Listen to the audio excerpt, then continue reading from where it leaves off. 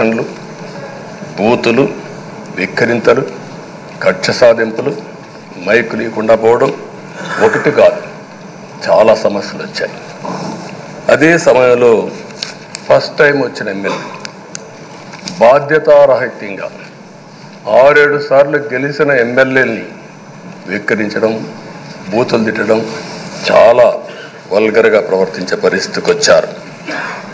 ఆ రోజు ప్రభుత్వం యొక్క వైఫల్యాల్ని క్వశ్చన్ చేస్తే వాళ్ళపైన సభలోనే దాడి చేయడం, నీచంగా మాట్లాడడం, వాళ్ళ మనోభావాలు దెబ్బతీయడం, ఇవన్నీ చేసే పరిస్థితికి వచ్చారు. ఇక్కడుండే నాయకులు నేను చూశాను. ఆ రోజు తెలుగుదేశం పార్టీ 23 మంది గెలిచాం. జనసేన లేరు, బీజేపీ లేరు. కానీ ఆ 23 మందిని గెలిచినాక ఇదే అసెంబ్లీకి వస్తే వాళ్ళు ప్రవర్తించిన తీరు మీరు చూస్తే చాలా బాధాకరంగా ఆ రోజు పనిచేసే పరిస్థితికి వచ్చారు. ఆ రోజు ఒక్క విషయం మీరు చూస్తే, నేను కూడా ఇదే హౌస్లో చాలా బాధపడిన సందర్భం రోజు ఉంది. మెంబర్స్ అందరం ఉన్నాం. నన్ను గురించి, నా కుటుంబాన్ని గురించి ఇష్టానుసారంగా మాట్లాడితే కనీసం యాక్షన్ తీసుకోవడానికి నాకు మైక్ ఇవ్వమని అడిగాను. మేము నిరసన తెలియజేసి ఎడతామని మైక్ అడిగితే మైక్ ఇవ్వలేదు.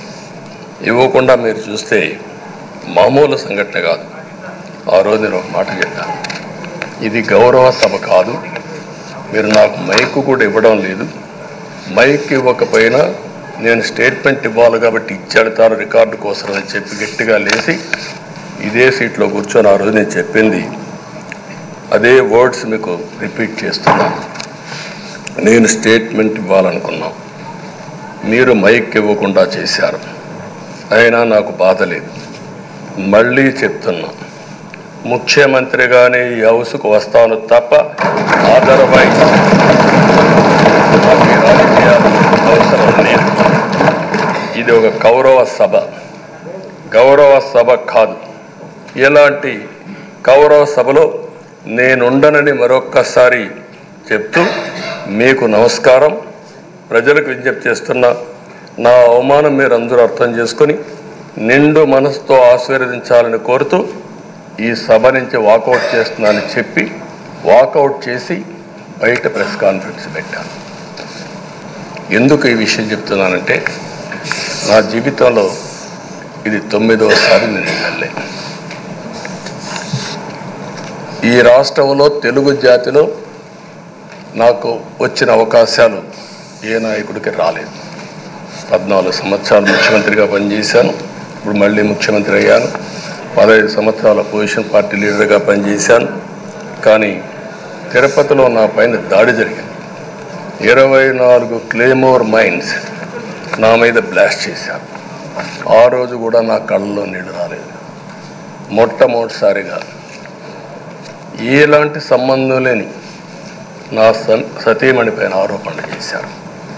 ఆ ఒక్కరిపైన కాదు, ఈ రాష్ట్రంలో ఆడపడుతులందరిపైన, గౌరవంగా బ్రతికే ఆడబిడ్డలందరినీ అవమానం చేయడం, సోషల్ మీడియాలో పెట్టడం, క్యారెక్టర్ అసాసినేషన్ చేయడం, ఇలాంటి చాలా సంఘటనలు జరిగాయి.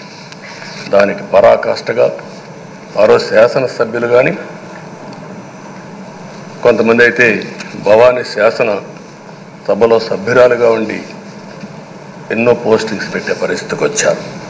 అలాంటి సంఘటనలు చూసిన తర్వాత ఫస్ట్ టైం నా జీవితంలో ఆడబిడ్డల కోసరం ఇలాంటి హననాన్ని చేశారని బాధపడుతూ కంటతడి పెట్టాను. ఆ రోజే అనుకున్నా, ఇలాంటి పార్టీ ఈ రాష్ట్రానికి అరిష్టం, ఇలాంటి వ్యక్తిత్వం ఉండకూడదు. మళ్ళీ ఈ రాష్ట్రాన్ని గౌరవ సభ చేసి హోందాగా నడిపించే వరకు నేను పనిచేస్తానని చెప్పి ఒక శపథం చేశాను. ఆ శపథం ప్రకారమే ప్రజలు గెలిపించారు, వచ్చాను. ఈరోజు 2 సంవత్సరాల తర్వాత, ఆ రోజు నేను వెళ్ళింది 2021 నవంబర్ 19వ తారీఖున వెళ్ళాను. నిన్న మీ అందరి ఆశీస్సులతో, ప్రజలందరి యొక్క ఆమోదంతో ఈ సభలోకి ఎంటర్ అయ్యాం. నాకు జరిగిన అవమానం కానీ ఆడబిడ్డలకు జరిగిన అవమానం కానీ భవిష్యత్తులో ఎవరికీ జరగకుండా కాపాడే బాధ్యత ఈ అసెంబ్లీ తీసుకోవాలని అందరినీ కోరుకుంటున్నాను. నా గౌరవాన్ని కాపాడిన ప్రజానీకానికి మరొకసారి మనస్ఫూర్తిగా ధన్యవాదాలు, అభినందనలు. నా జీవితాంతం రుణపడి ఉంటా. మళ్ళీ నాకు జన్మనంటే తెలుగువాడుగా పుట్టాలని, తెలుగు గడ్డ రుణం తీర్చుకోవాలని నా ఆకాంక్ష. తప్పకుండా ఇచ్చేస్తాను. మొన్న మీరు ఒక్కసారి చూస్తే ఎన్నికల్లో ఇక్కడుండే శాసనసభ్యులందరికీ అనుభవం ఉంటుంది. ఎక్కడో అమెరికాలో ఉండే వ్యక్తులు 5 లక్షలు 10 లక్షల రూపాయలు ఖర్చు పెట్టుకుని ఓటొచ్చి ఓటేయడం, నెల 2 నెలలు పనిచేసే పరిస్థితికి వచ్చారు. వేరే రాష్ట్రాల్లో ఉండే ప్రతి ఒక్కరూ ఇది నా బాధ్యత అనే ఉద్దేశంతో అందరూ వచ్చి ఓట్లేసే పరిస్థితికి వచ్చారు. కొన్ని సంఘటనలు చూస్తే ఆశ్చర్యం వేస్తుంది. హైదరాబాద్ నుంచి ఎన్నికల ముందు రోజున 55 ట్రైన్లు వేశారు. 55 ట్రైన్లో ఫుట్పాత్లపై నిలబడుకొని వచ్చారు. ఏసీలో ఫుల్గా, మామూలుగా ఏసీ అంటే ఒక ప్రెషర్ ఉంటుంది, ఎక్కువ మంది ఉంటే గాలి ఆడదు. అయినా కూడా లెక్క పెట్టుకోకుండా వచ్చారు. వీళ్ళందరినీ మనం పిలిస్తే రాలా, మనం ఆర్గనైజ్ చేస్తే రాలా.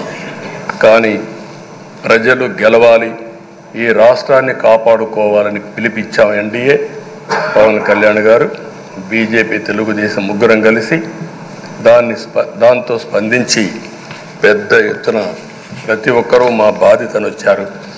అదే మాదిరిగా పేదవారు భోజనం తెచ్చుకొని బస్సుల్లో వచ్చి ఓటేసి మళ్ళీ వెళ్ళారు. అంటే అంత అభిమానం చూపించారు. వాళ్ళ రుణం తీర్చుకోవాల్సిన బాధ్యత ఈ సభ పైన ఉందని చెప్పి మీ అందరికీ తెలియజేస్తున్నా. ఆ బాధ్యతని మన కళ్ళ ముందు ఎప్పుడూ కనపడవలసిన అవసరం ఉంది. ఈరోజు రాష్ట్రం విధ్వంసమైన రాష్ట్రాన్ని మళ్ళీ గాడిన పెట్టాలి. మంత్రులందరం ప్రమాణ స్వీకారం చేశాం, పవన్ కళ్యాణ్ గారు అందరం కూడా చేశాం. కానీ ఈరోజు ఒక్కసారి ఆలోచిస్తే ఎక్కడున్నామో తెలియని పరిస్థితి, ఎంత అప్పు ఉందో తెలియని పరిస్థితి, చాలా సమస్యలు ఉన్నాయి. అయితే ప్రజలు మంచి ఎమ్మెల్యేలు ఎన్నుకున్నారు.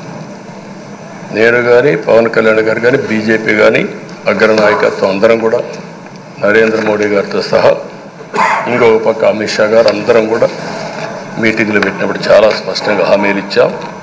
అవి నమ్మారు, మనలందరినీ ఎంపిక చేసుకున్నారు. మీరందరూ కలిసి ఒక మంచి వ్యక్తిని, రాజకీయాల్లో గౌరవాన్ని కాపాడే వ్యక్తిని, పార్టీని నమ్ముకున్న వ్యక్తిని మీరు ఎన్నుకున్నారు.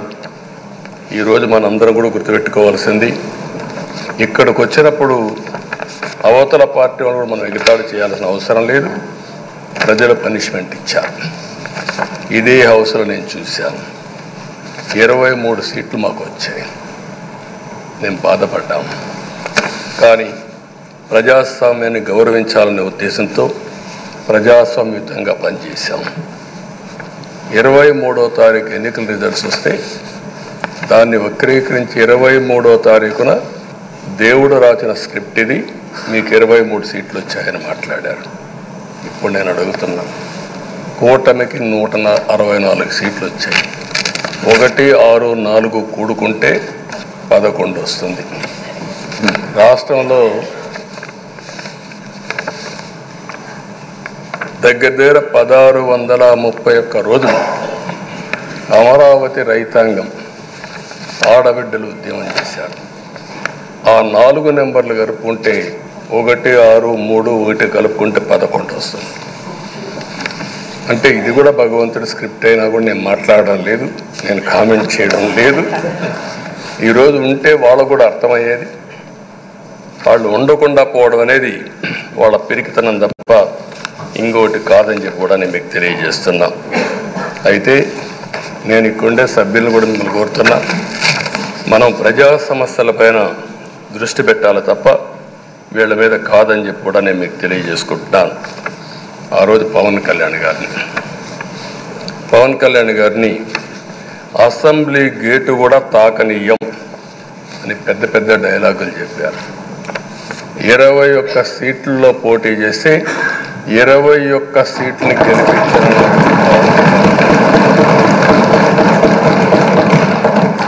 వైనాట్ 175 అని చెప్పి 11 కూడా తెచ్చుకోలేని నాయకత్వం. అంటే ఏ విధంగా మాట్లాడారు అనేదానికి ఇది ఒక ఉదాహరణ. ఆ రోజు పవన్ కళ్యాణ్ గారు చాలాసార్లు, నేను కూడా అన్నాను, బయట చాలామంది అభినందించారు. ఎక్కడ తగ్గాలో తగ్గడం, ఎక్కడ గెలవాలనో గెలవడం నేర్చిన వ్యక్తి పవన్ కళ్యాణ్ గారు. దానికి మనస్ఫూర్తిగా అభినందిస్తున్నాను. ఈరోజు మనందరం కూడా గుర్తుపెట్టుకోవాల్సింది, రాజకీయాల్లో సుదీర్ఘమైన రాజకీయాల్లో ఉన్నాం. మొత్తం కలిసి 16వ సభ. మీ అందరికంటే సీనియర్ మోస్ట్ నేను. 8 + 1 9వసారి. అంటే 16 సభల్లో 16వ సభ, 9 సభల్లో ఉన్నాను. అంటే అన్ని సభలను చూశాను. నా జీవితంలో ఎప్పుడూ చూడని సభ మొన్న జరిగిన సభ, 15వ శాసనసభ. కానీ ఇప్పుడు నేను కోరుకునేది మీ దగ్గర నుంచి, అది ఒక చెడు సభ కింద, ఒక కౌరవ సభ కింద మనం భావించాం. కానీ అత్యున్నతమైన సభగా 16వ శాసనసభని నిర్వహించే బాధ్యత మనందరిపైన ఉంది. గౌరవప్రదంగా నిర్వహించాలి. అదే సమయంలో ఇక్కడుండే ప్రతిపక్షాల దృష్టిలో పెట్టుకొని కాదు, 24 గంటలు మనం ప్రజలతో ఉండాలి. ప్రజాప్రభుత్వంగా, ప్రజలకు జవాబుదారితనంగా ఉండాల్సిందిగా నేను మిమ్మల్ని అందరినీ కోరుకుంటున్నాను. ఈరోజు మనందరికీ అధికారం ఇవ్వడం కాదు, అతి ముఖ్యమైన బాధ్యత ఇచ్చారు. ఈ రాష్ట్రాన్ని మళ్ళీ ఘాటున పెట్టమని మనతో మాట్లాడారు, మనకు చెప్పారు. ఎప్పుడు కూడా నేను ఒకటే భావిస్తాను, ప్రజా జీవితాలను మార్చే శక్తి ప్రభుత్వ విధానాలకు ఉంటుంది. ఆ ప్రభుత్వ విధానాలకు రూపకల్పన చేసే సభ ఈ చట్టసభ. ఈ విషయం ప్రతి ఒక్కరూ గుర్తుపెట్టుకోవాల్సిన అవసరం ఉంది. ఈరోజు మనం చేసే పని, ఈరోజు ప్రజల భవిష్యత్తే కాకుండా భావితరాల భవిష్యత్తు కూడా నిర్ణయిస్తుంది. ఈరోజు భారతదేశం 91లో ఆర్థిక సంస్కరణలు వచ్చాయి. ఒక తెలుగు బిడ్డ పివి నరసింహరావు గారు ఆర్థిక సంస్కరణలు ప్రవేశపెట్టారు. ఈరోజు భారతదేశం ముందు చాలా వరకు అభివృద్ధి అయ్యే పరిస్థితి వచ్చింది.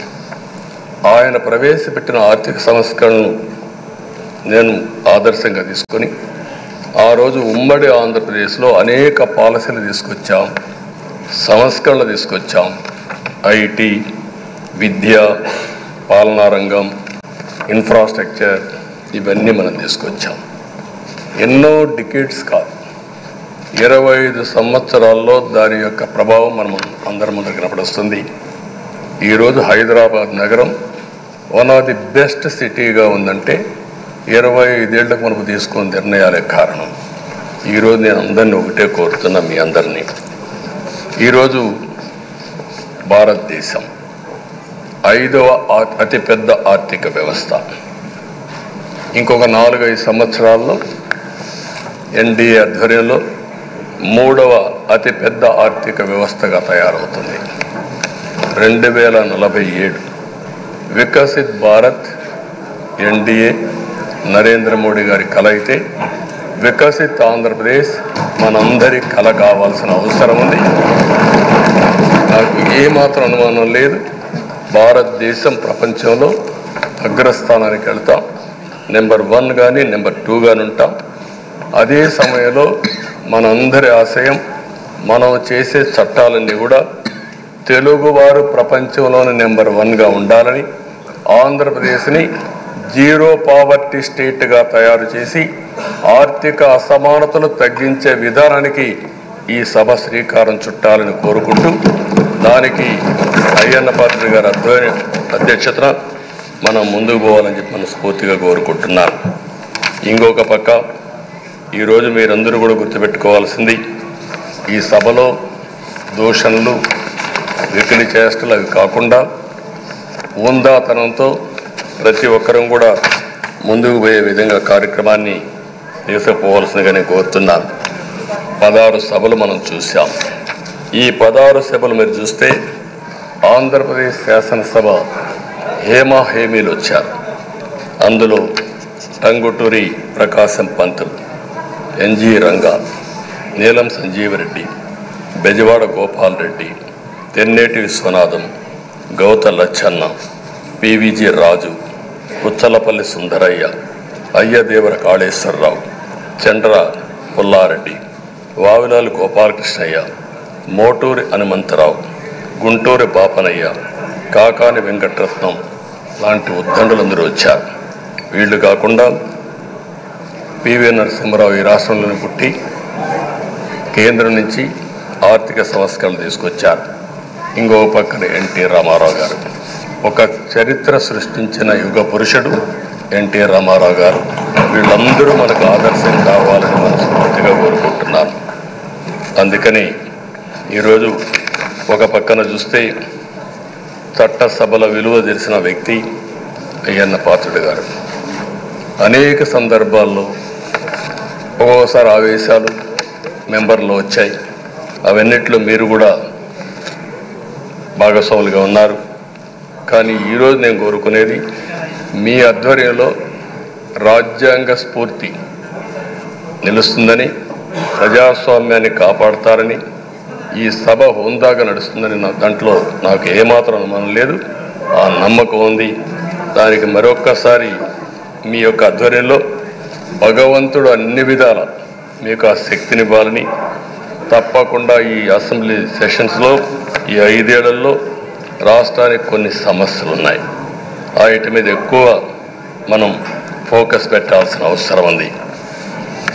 రాజధాని కట్టుకోవాలి, పోలవరం పూర్తి చేసుకోవాలి, నదుల అనుసంధానం చేసుకోవాలి, పెట్టుబడులు రావాలి, మౌలిక సదుపాయాలు కలిగించాలి, బీసీలకు, బడుగు బలహీన వర్గాలకు న్యాయం చేయాలి. ఏది చేసినా పేదవాళ్ళ దృష్టిలో పెట్టుకొని ఈ అసెంబ్లీ చేసేటప్పుడు మీ అపారమైన అనుభవాన్ని మీరు ఉపయోగించుకొని ఈ సభను సక్రమైన దారి నడిపించేదానికి మీరు దోహదం చేయాల్సిందిగా మిమ్మల్ని అందరినీ కోరుకుంటూ, ఈరోజు మీరేసే మీ ఆధ్వర్యంలో జరిగే చర్చలు 2047కి తెలుగు జాతి ప్రపంచంలోనే నెంబర్ 1గా ఉండడానికి, ఈ రాష్ట్రంలో పేదరికం లేని సమాజాన్ని నిర్మాణం చేయడానికి, ఆర్థిక అసమానతలు తగ్గించే దిశగా మన ప్రయాణం సాగడానికి పూర్తిగా మీ ఆధ్వర్యంలో సాగాలని చెప్పి కోరుకుంటూ, మరొక్కసారి మీకు భగవంతుడు అన్ని విధాల ఆయురారోగ్యాలు ఇచ్చి ఈ సభను సుజావుగా నడిపించే కార్యక్రమానికి శ్రీకారం చుట్టాలని కోరుకుంటూ మీకు నమస్కారాలు తెలియజేస్తున్నాను. పెద్దలు గౌరవనీయులు పవన్ కళ్యాణ్ గారిని మాట్లాడవలసిందిగా కోరుతున్నాను.